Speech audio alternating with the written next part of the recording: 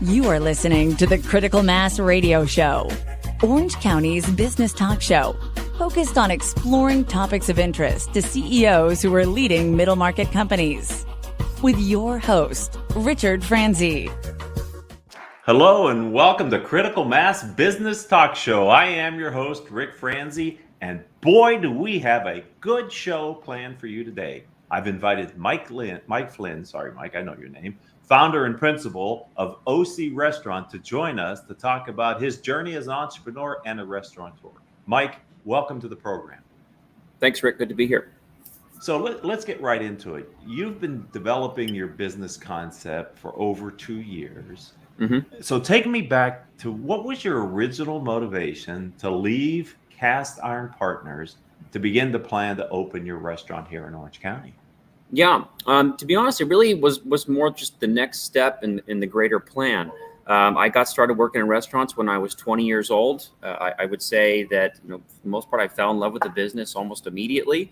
I knew it was something that I wanted to do for the rest of my life. Set a couple goals for myself, even that first summer.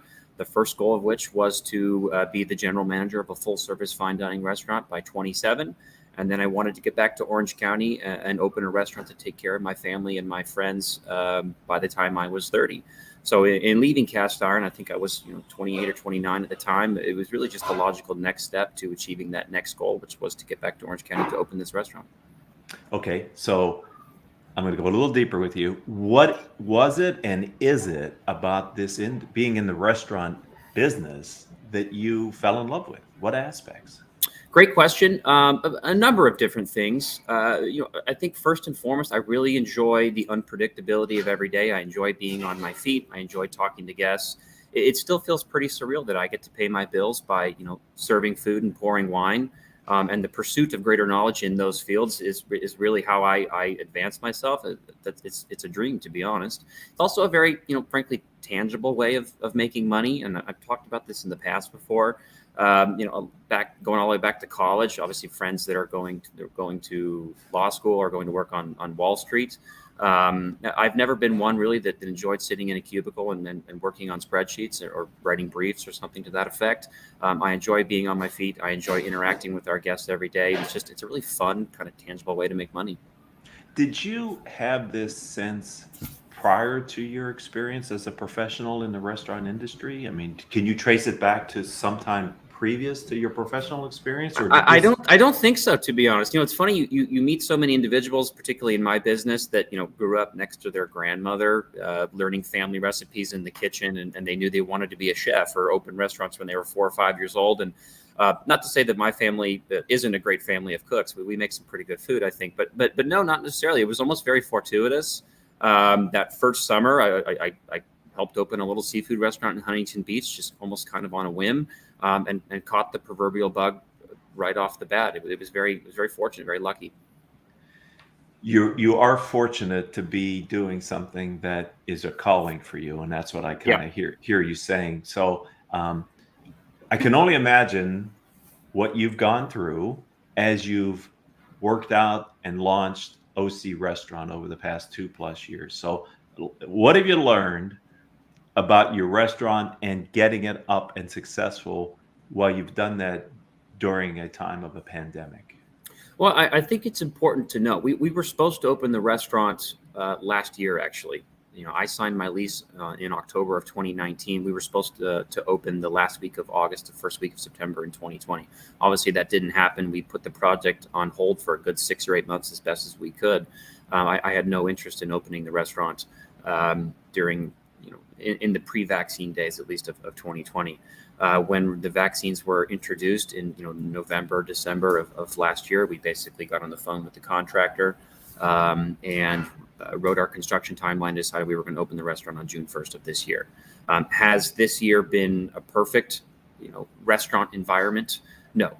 I would say that the number one lesson that I've learned, expect the unexpected. Mm-hmm. If anything this year, looking June 1st all the way to December 15th, 16th, whatever it is today, it has been very hard, I think, to predict, volume of business. 1 month or 1 week's sales are up 25, 35, 40%.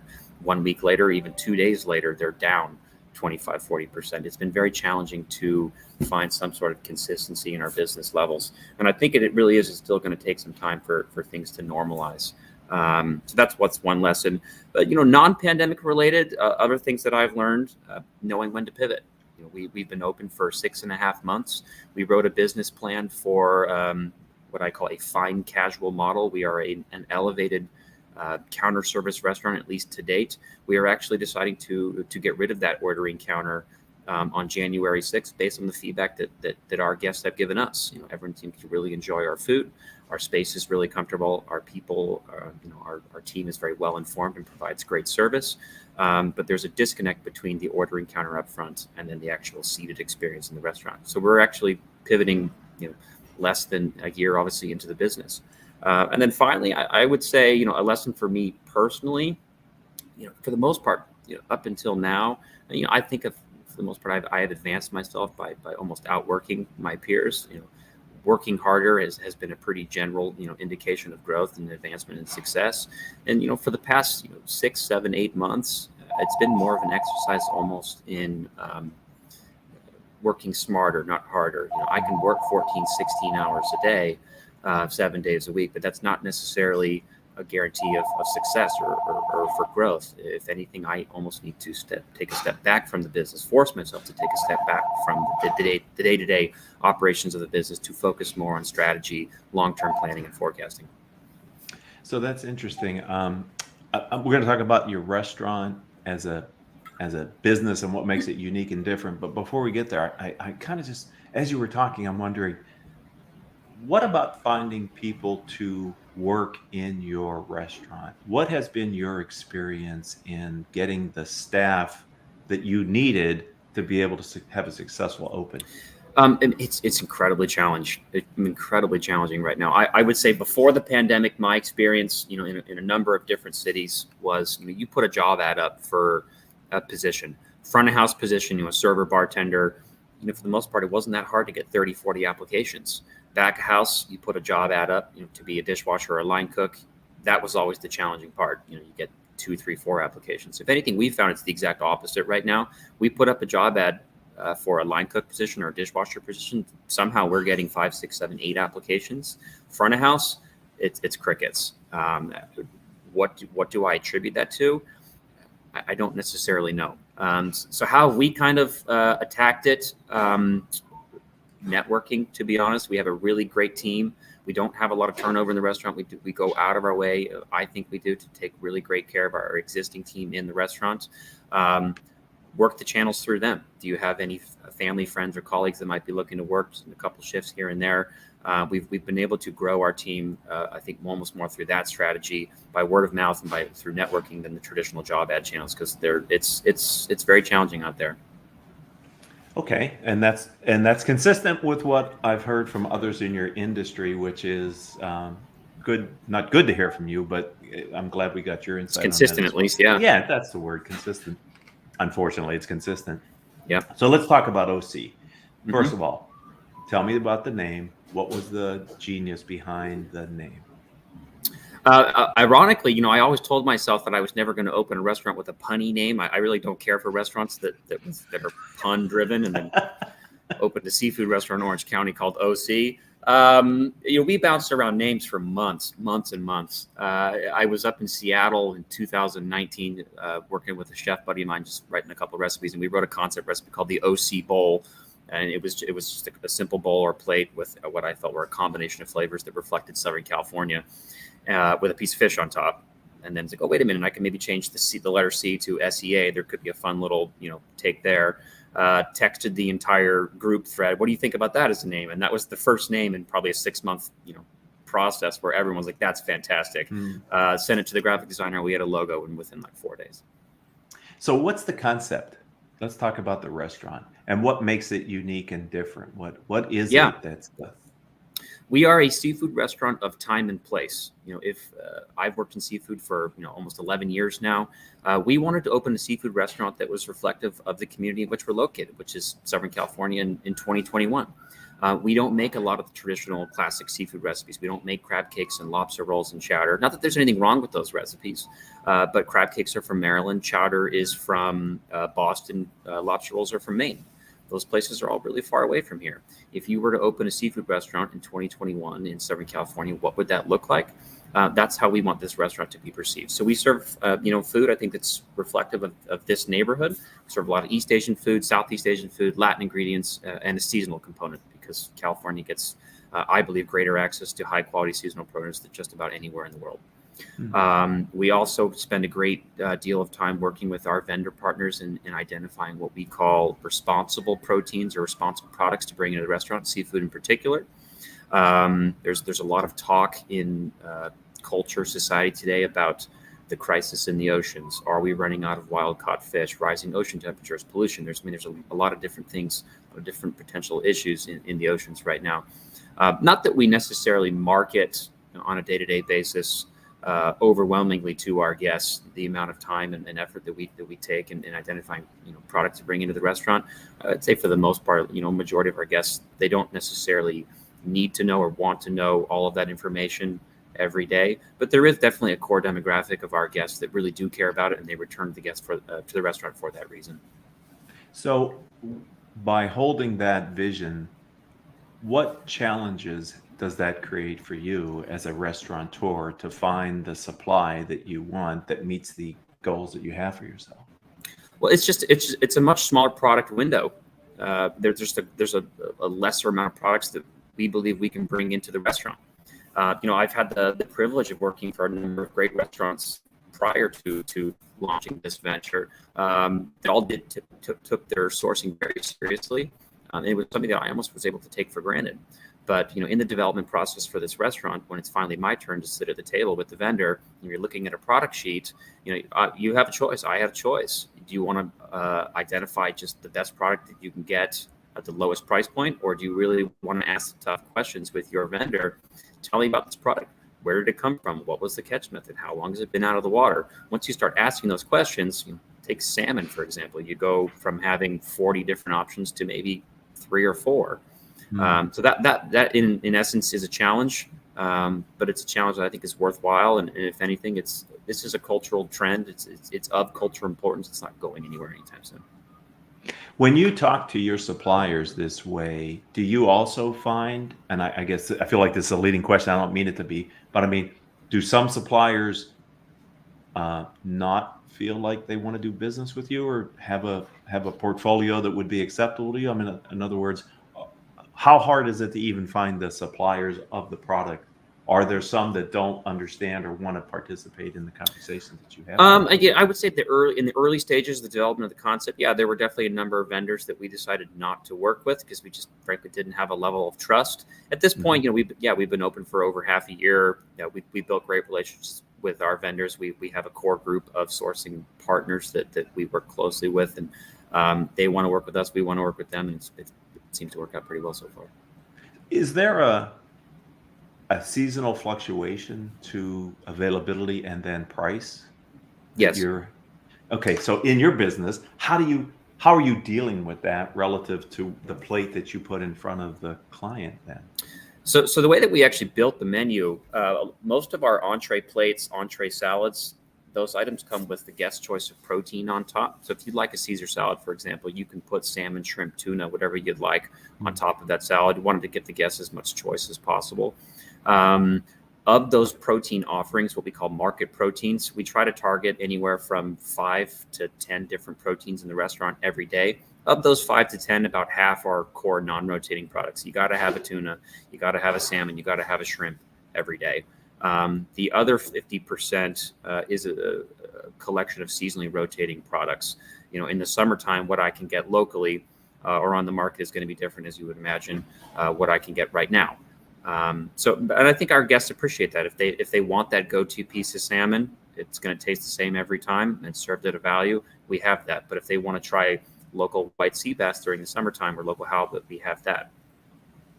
And so these are challenges that can become kind of wear down a restaurateur. It sounds like for you, this is actually an opportunity to use your creativity and it's the fun part. Yeah. Yeah. Right. Yeah. So that's important. All right. So we're talking with Mike Flynn. He is the founder and principal of OC Restaurant. And I didn't ask you where you're located. I guess we should spend a minute and talk about that. Where is your restaurant? We are located on the Circle in Old Town Orange in the center of Orange County. How did you pick that venue location? I really wanted to find a unique property with character, with history, with legacy, something really special we could build a community around. I think realistically, so much of Orange County is, just one cookie cutter strip mall after the other. Take that as you will. Yeah. In building this first restaurant, we really wanted to find something unique, a really special, beautiful space with history that we could build a community around. This building that we're in right now, you can see it behind me, was built in 1910. Just about everything is original, and we've preserved that in the build out. So that was one reason. The Circle, the plaza in Old Town Orange, it very much is a community gathering place for a number of different generations. There's an incredible energy in this community that we really wanted to tap into.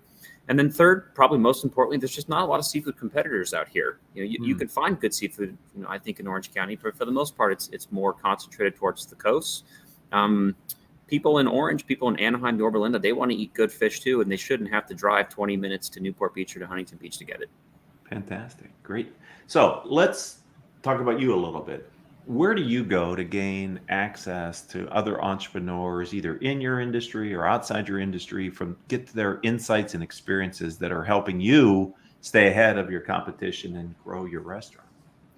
Well, I think there's different spheres of influence that I look to in building the business. You can't work in restaurants, in food and beverage, without, to a certain extent, being just obsessed with food and with wine and with beverage in general.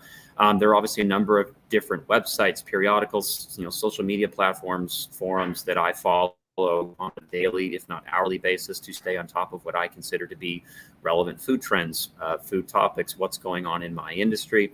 I definitely have spent way too much money over the past decade just eating in restaurants and bars frequently, not just because it's something that I enjoy doing, which I do, but it's something that I almost feel that I have to do. In terms of running the business, just in general, obviously we've built I think a pretty nice advisory board with the company, with business leaders, both in my industry and I think just as importantly outside of my industry, that I can get a balanced perspective. As a young entrepreneur, these are things that you need to pay attention to. These are things that you can ignore. Excellent. So let's talk about the future. And I'm glad that you have people outside your industry as well as inside your industry. That's very, very good insight. Let's talk about the future tomorrow.